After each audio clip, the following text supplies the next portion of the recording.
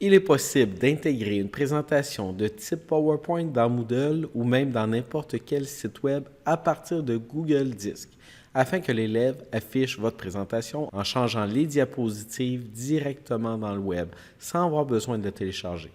Notez que vous pouvez aussi faire l'équivalent avec la suite Microsoft, mais c'est déjà l'objet d'une autre vidéo.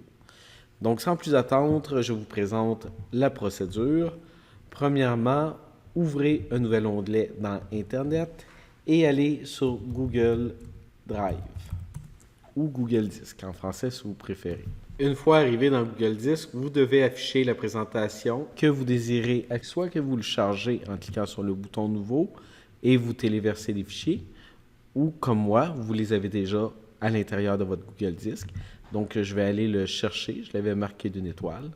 Donc, je vais l'ouvrir. Lorsqu'il est ouvert, allez dans le menu Fichier et cliquez sur Publier sur le web.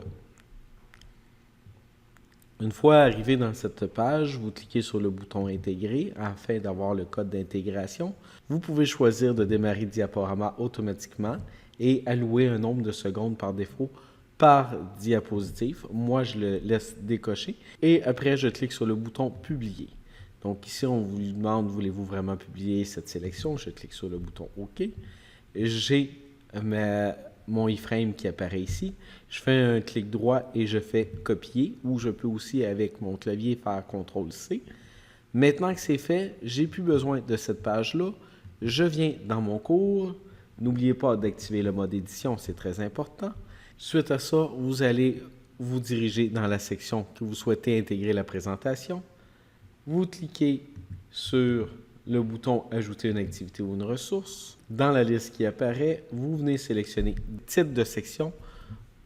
À l'intérieur de cette page web, vous avez le contenu des titres de section avec un éditeur de texte ici.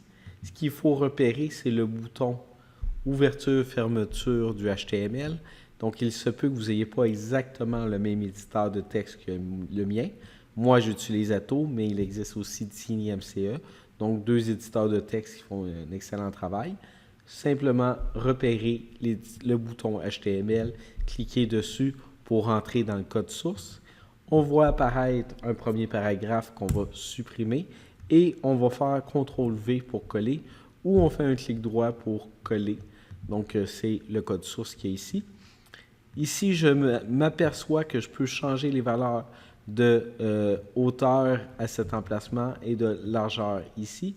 Donc, si jamais vous n'avez pas la bonne dimension ou vous désirez l'avoir plus grand ou plus petit, vous pouvez revenir dans le code source et modifier à cet emplacement directement.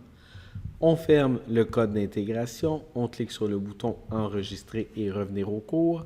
Et maintenant, vous devriez voir apparaître directement dans votre section la présentation. Donc ici, on voit qu'elle est un peu tronquée dû au fait que j'ai mon bouton modifié.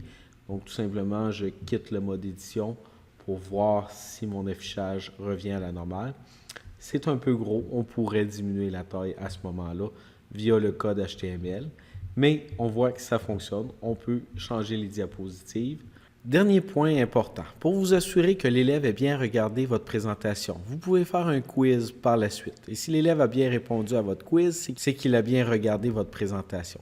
Remarquez qu'il est aussi possible de convertir un PowerPoint dans un format H5P pour le rendre interactif, mais ce sera l'objet d'un autre tutoriel également. Sur ce, merci et bonne journée.